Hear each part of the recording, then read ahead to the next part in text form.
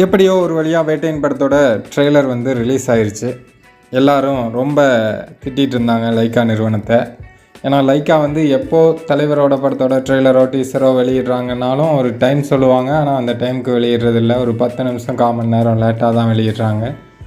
அதே போல் தான் இந்த படத்துக்கும் ஒரு 10 நிமிஷம் லேட்டாக தான் ட்ரெய்லர் வந்து வெளியிட்ருக்காங்க.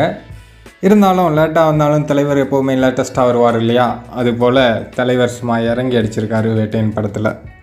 ஏற்கனவே சொன்ன மாதிரி வேட்டையின் படத்தோட கதை அப்படிங்கிறது என்கவுண்டரை மையப்படுத்தி எடுக்கப்படும் கதை. என்கவுண்டர் சரியான தீர்வாகாது அப்படிங்கிற முறையில் நம்ம அமிதாப்ஜியும், என்கவுண்டர் தான் தீர்வு அப்படிங்கிற முறையில் நம்ம தலைவரும் ஆடும் ஆட்டம் தான் இந்த வேட்டையன். இந்த ட்ரெய்லரில் வந்து நிறைய நடிகர்களை காட்டினாங்க. ஃபஹத் ஃபாசிலை கூட காட்டினாங்க. ஃபஹத் ஃபாசில் வந்து திருடனாக ப்ளே பண்ணியிருப்பார் போல். கொஞ்சம் காமெடி கலந்த ரோல் அப்படின்னு நினைக்கிறேன். மற்ற நடிகைகளை வந்து சும்மா லைட்டாக காமிச்சாங்க. பட் எதையும் டீட்டெயில்டாக சொல்லலை. இன்னொரு முக்கியமான விஷயம் என்ன அப்படின்னா, மஞ்சு வாரியரை இந்த ட்ரெய்லரில் காட்டவே இல்லை. மஞ்சு வாரியர் ஃபேன்ஸ்லாம் பாவம் கொந்தளிச்சிருவாங்கன்னு நினைக்கிறேன்.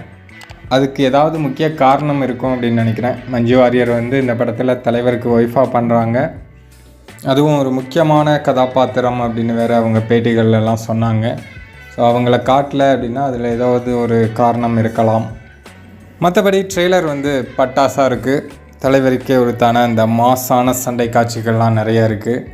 இந்த படத்தோட காட்சிகளெல்லாம் பார்க்கும்போதே தெரியுது எல்லாமே ரியலாக இருக்கணும் அப்படிங்கிறதுக்காகவே படம் வந்து எடுத்திருக்காங்க. பெருசாக அந்த மிகைப்படுத்தப்பட்ட காட்சி அப்படின்னு சொல்லப்படக்கூடிய காட்சிகள் எதுவும் இல்லை. கண்டிப்பாக இந்த படம் வந்து ரசிகர்களை தாண்டி எல்லோருக்குமே பிடித்து போன ஒரு படமாக இருக்கும். ஏன்னா ஒரு சில படங்கள் வந்து ரசிகர்களுக்காக அப்படின்னே எடுத்த மாதிரி இருக்கும், அப்புறம் இளைஞர்களுக்காக எடுத்த மாதிரி இருக்கும். இந்த படம் வந்து எல்லாருக்குமான ஒரு கதை மாதிரி தான் இந்த ட்ரெய்லரை பார்க்கும்போது தெரியுது.